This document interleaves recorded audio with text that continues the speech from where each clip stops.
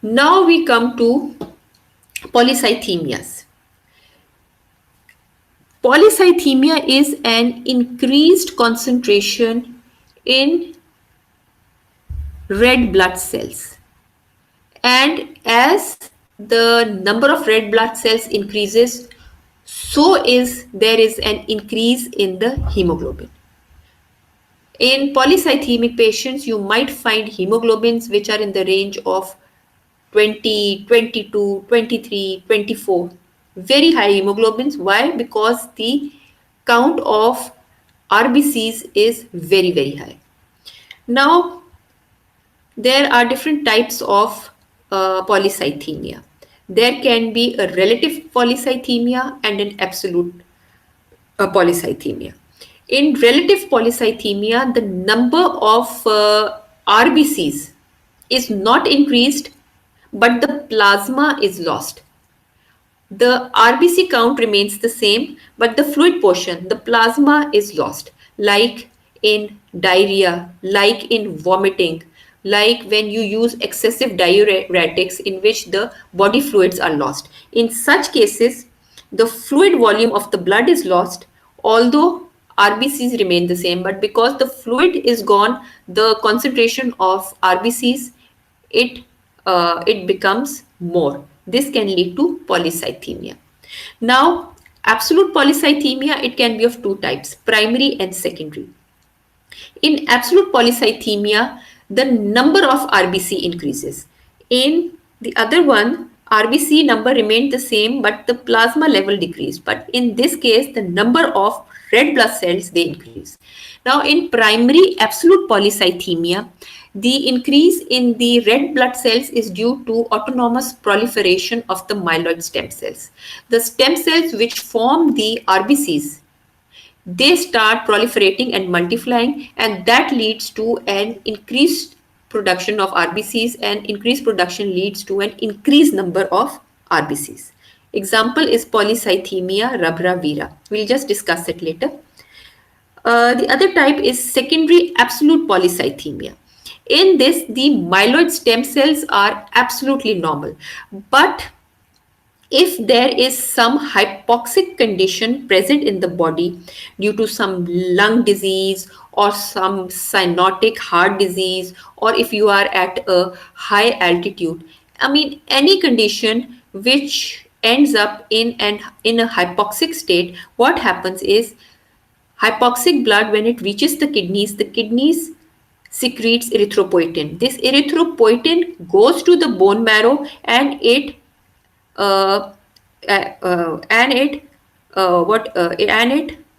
what should I do? It stimulates the bone marrow, and the bone marrow starts producing more RBCs.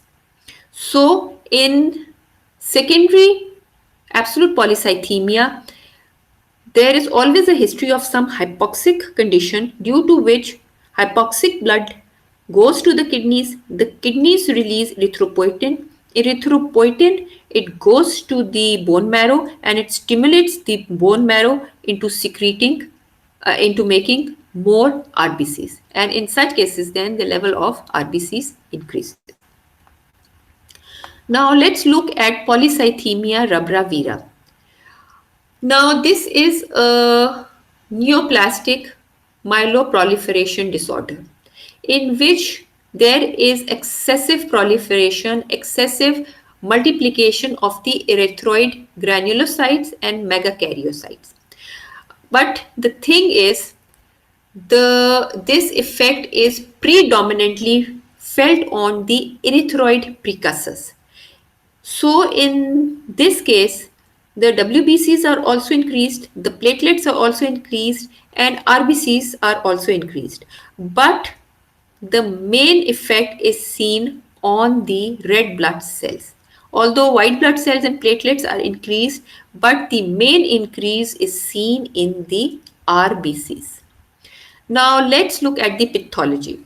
When the RBCs, or here we say when the blood cells, they increase in number, what happens is the plasma level is the same, but there are now more vessels. So there is a lot of cells which are passing through the blood vessels. So what you are going to see, you are going to see congestion of all the tissues and organs due to increased blood volume. There is going to be congestion of the liver, there is going to be congestion in the spleen, and this will result in hepatosplenomegaly. The other thing which is going to happen is due to the increased number of blood cells, the viscosity of the blood will increase. When the viscosity of the blood will increase, the flow will slow down. When the flow will slow down, you will find vascular stasis. When there is stasis, we have already studied, this leads to thrombus formation. When there is thrombus formation, because thrombus causes obstruction, you will encounter infarctions. And these infarctions are usually seen in the heart, spleen, and the kidney. Now, another thing which you can see are hemorrhages, because as the blood volume and its cellular level has increased, the blood vessels, they will distend. When they will distend, they will stretch out. When they will stretch out, they can easily rupture and cause hemorrhage. The bone marrow, because it is producing so many all the cell lines, it will become hypercellular, and you will see hyperplasia of the RBCs, WBCs, and the platelet precursors. If you look at the clinical features, you will see plethora. Plethora is red complexion due to increased number of RBCs. Plethora is physiologically seen in those people who live at high altitude. You see their faces are red. There are red patches on their faces, their arms, on their bodies. This is known as plethora, red complexion due to increased number of red blood cells. Cyanosis, this can be due to increased blood viscosity and stasis, because when the blood becomes viscous, there is blood stasis. Blood stasis will lead to cyanosis, because when the blood flow stops, when tissue is not getting its required perfusion, what you're going to encounter, you're going to encounter cyanosis. Prorates, due to histamine release, you will encounter vasodilatation. Thrombosis is going to result due to stasis. Also headache, dizziness due to increased blood viscosity, because blood viscosity will slow down the blood. This can lead to headache and dizziness because the perfusion is impaired. The perfusion of those organs has slowed down. And due to tissue congestion, you will encounter hepatosplenomegaly. If you look at the investigations, RBC count is going to be very high. Normal is from 4 to 6 million. It's going to be from 6 to even 10 million. Hematocrit value is going to be nearly double. It's going to be 60% or more. WBC count is going to be way high. 11,000 is the limit. It can go even up to 50,000. Platelet count is going to be more than 400,000. So all these things, because the cellular component increases, this is known as polycythemia. And what's its treatment? Just go and give blood. You have to get rid of that extra blood so that all that viscosity goes away and the blood can flow more easily. Now let's look at lymphomas. Lymphoma are malignant tumors of the lymphoid cells, which are basically native to the lymphoid tissue. In this, lymphocytes, histiocytes, and their precursors, they are the dominant cells which are involved. Usually in lymphomas, lymphocytes are most commonly involved. Then you will see histiocytes, but histiocyte involvement is relatively rare. Etiology, it is unknown. It has two types, non-Hodgkin's lymphoma and Hodgkin's lymphoma. Let's look at non-Hodgkin's lymphoma. Non-Hodgkin's lymphoma is a solid tumor. It arises from the lymphoid tissue and it usually involves lymph nodes in 65% of the cases. In the rest of the 35% of cases, you will see involvement of the nasopharynx, GIT, skin, or any other tissue. Now, this is due to malignant proliferation of the lymphoid cells, and majority of the lymphoid cells which are involved in this lymphoma are B lymphocytes. It can occur in all ages. Usually males are predominantly affected in this. Now if you look at the pathology, the non-Hodgkin's lymphoma, in 80 to 85% of the cases, the cells involved are of the B cell origin. Less commonly, you will find T cells, and tumors which originate from the histiocytes, they are pretty uncommon. In fact, they are very rare. Now, what we have seen that these lymphomas, they can be nodular or follicular in variety, or they can be diffuse in variety.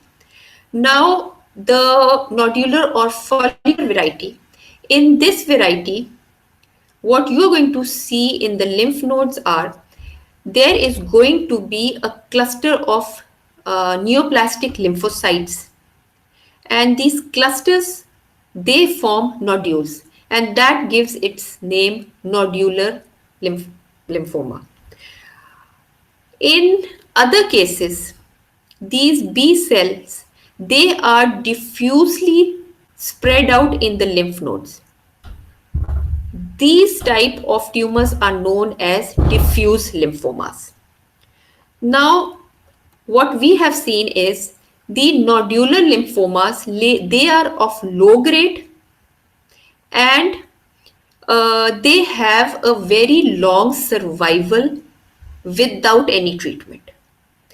Whereas where diffuse lymphomas are concerned, they are of a high grade, they are aggressive, and they can be rapidly fatal. They can cause death unless treated. But the thing is, although your nodular lymphomas, they are of low grade, they are not curable. And your diffuse lymphomas, also they are of high grade, they can be cured with appropriate therapy. Another thing which is seen is that tumors which are composed of small lymphocytes, that is mature cells, they are associated with low grade lymphomas. And those tumors, and there are certain tumors, tumors which are made up of large lymphocytes, relatively immature cells, they are usually associated with high grade lymphomas. Their classification and staging is dependent upon their aggressiveness, their grade, and their spread to their different lymph nodes and their metastasis in the body. The important thing is their clinical features. What you're going to see is lymphadenopathy, that is enlargement of the lymph nodes. These lymph nodes, usually they are painless, they are discrete, they are firm. Systemic features are going to be tiredness, weight loss, sweating, fever. Uh, Features of extra lymphatic involvement may be hepatosplenomegaly. There may be involvement of the GIT, which can lead to malabsorption, abdominal pain, diarrhea. If you go for the investigations, you do lymph node biopsy or biopsy. This can be pretty diagnostic in the diagnosis of lymphomas.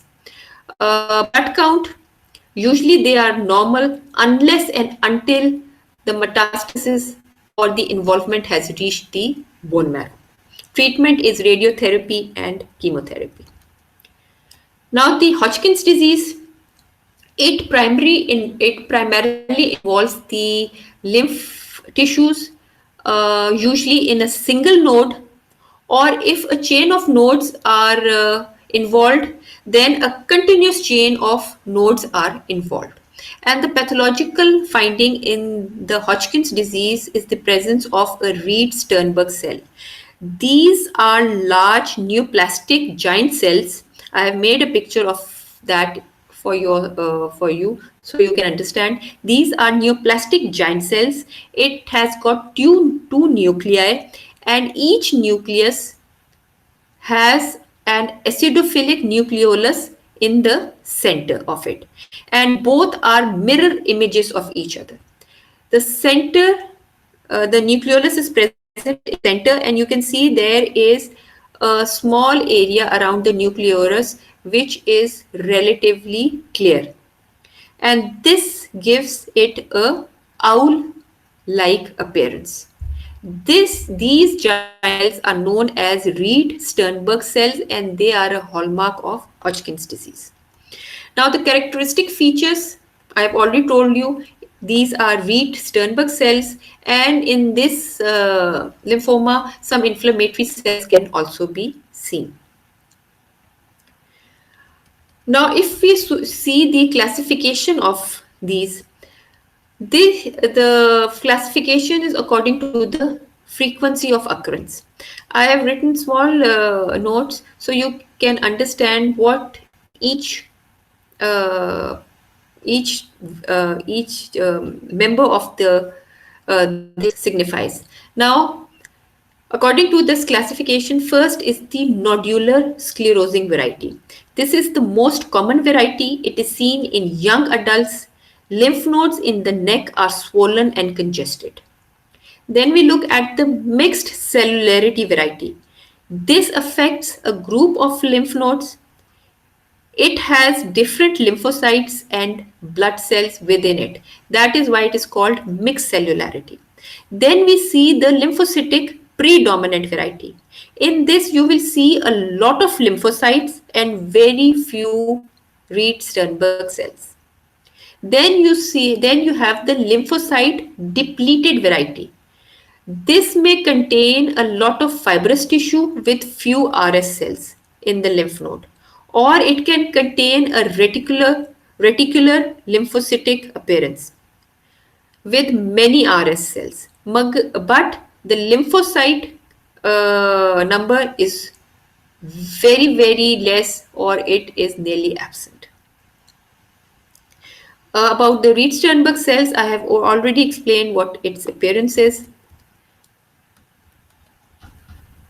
Now, if we look at the clinical features, again, lymphadenopathy, enlargement of the lymph nodes. Lymph nodes are going to be enlarged, they are going to be painless, and usually the cervical lymph nodes are involved.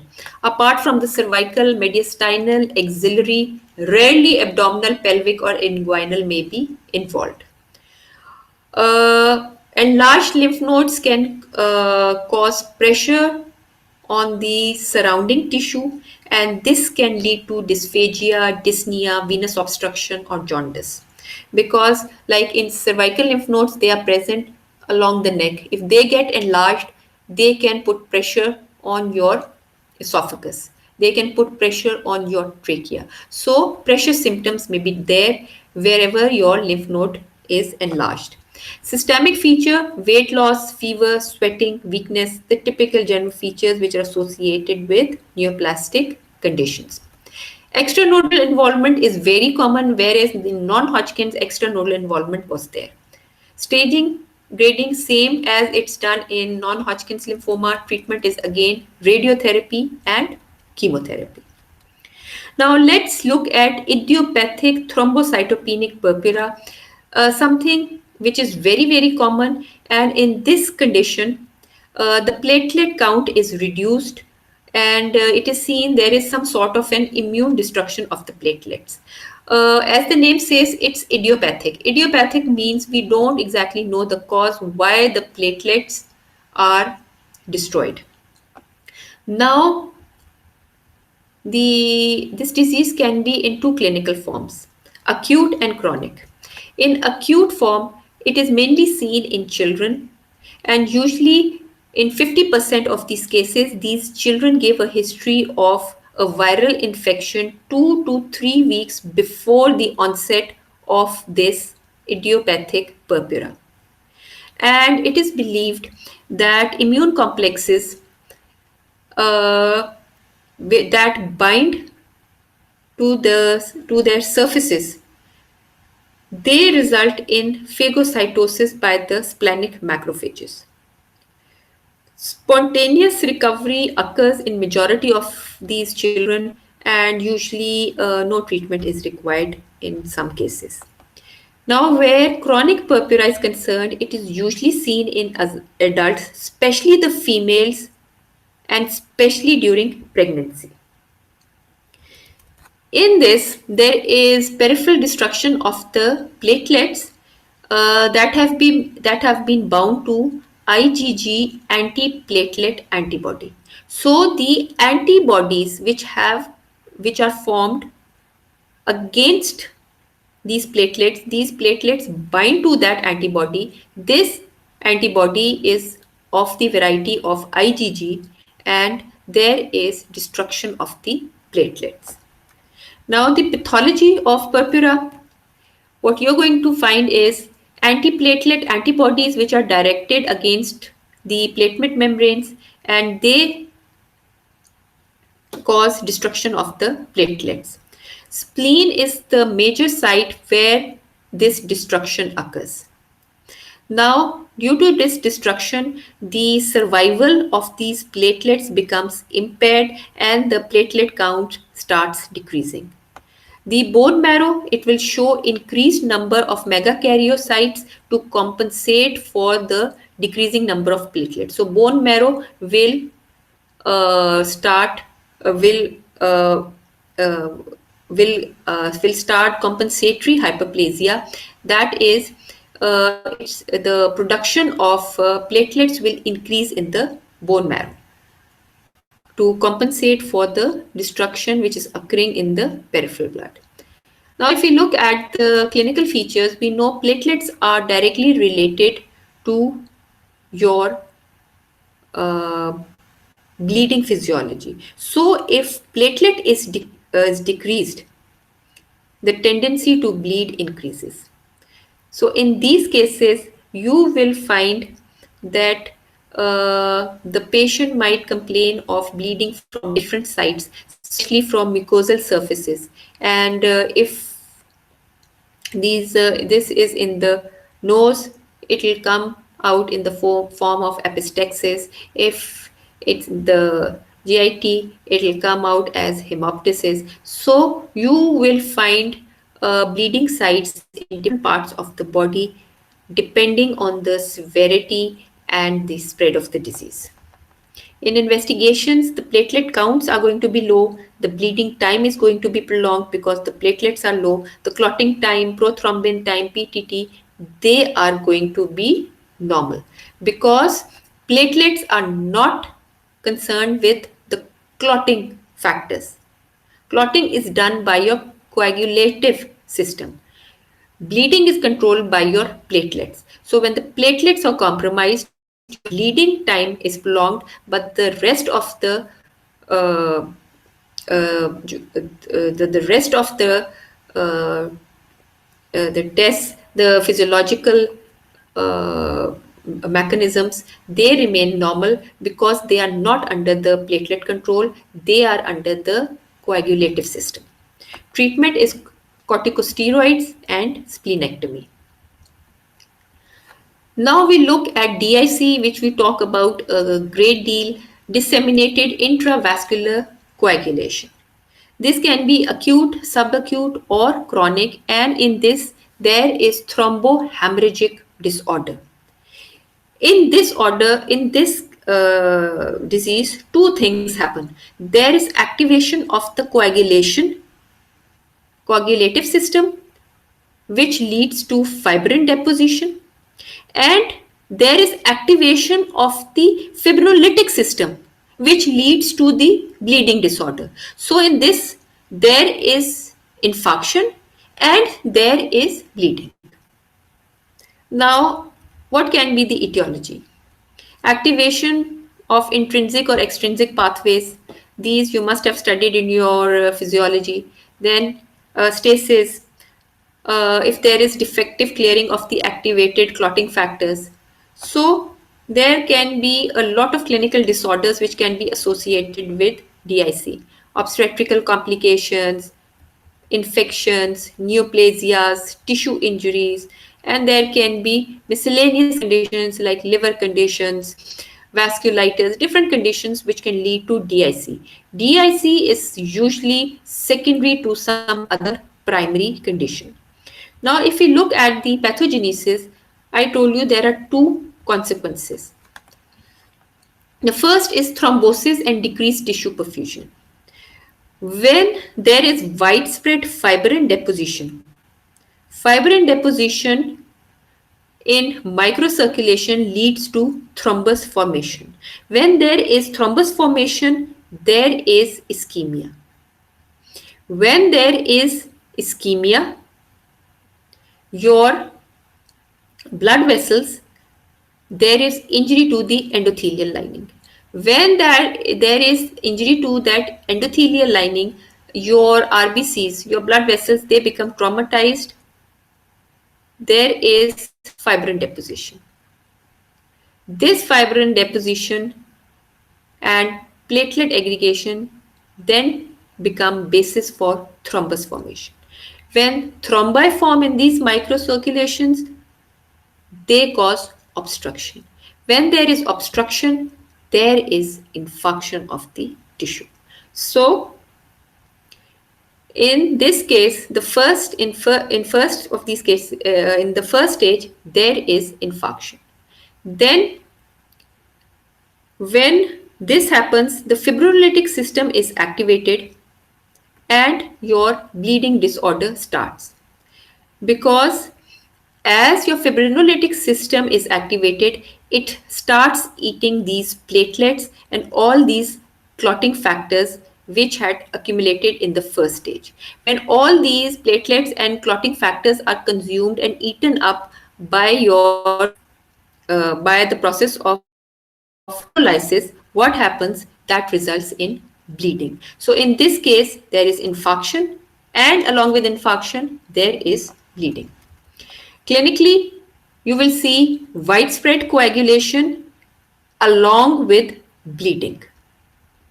In investigations, PT and PTT both will be prolonged. Why? Because here the coagulation system has become defective. Platelet count here is low because your fibrinolytic system, it eats up the platelets which are formed, which are aggregating in the blood vessels. If you look at a very diagnostic test, it's known as D-dimer test. Now in D-dimer test, this is the best test because fibrinogen is decreased, fibrin is degraded, and when fibrin is degraded, there are certain products which are released. One of these byproduct is known as D-dimer. What we do is we do a D-dimer test and we check the level of this D-dimer. If it is increased, we know that fibrin degradation is taking place. So this one test is pretty good where diagnosis of DIC is concerned. Treatment is always look at the underlying cause because in majority of the cases DIC is secondary to some primary etiology. We find the primary etiology and we treat the primary etiology to stop this process. And apart from that, we give heparin to this patient. Heparin is a blood thinner. Heparin will treat the thrombosis.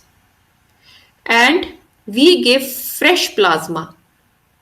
That is to treat the bleeding. Here we are doing two things because thrombosis are being formed and bleeding is also occurring. So heparin, blood thinner, is going to dissolve the thrombus and fresh plasma is going to treat the bleeding pathology. So this is how DIC used. This was the chapter on blood.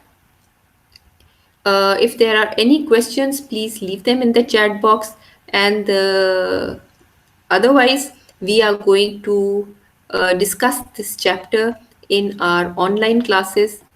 And as we discuss this, If there are any queries, we can answer them and we can go over them in our online class. Thank you so much.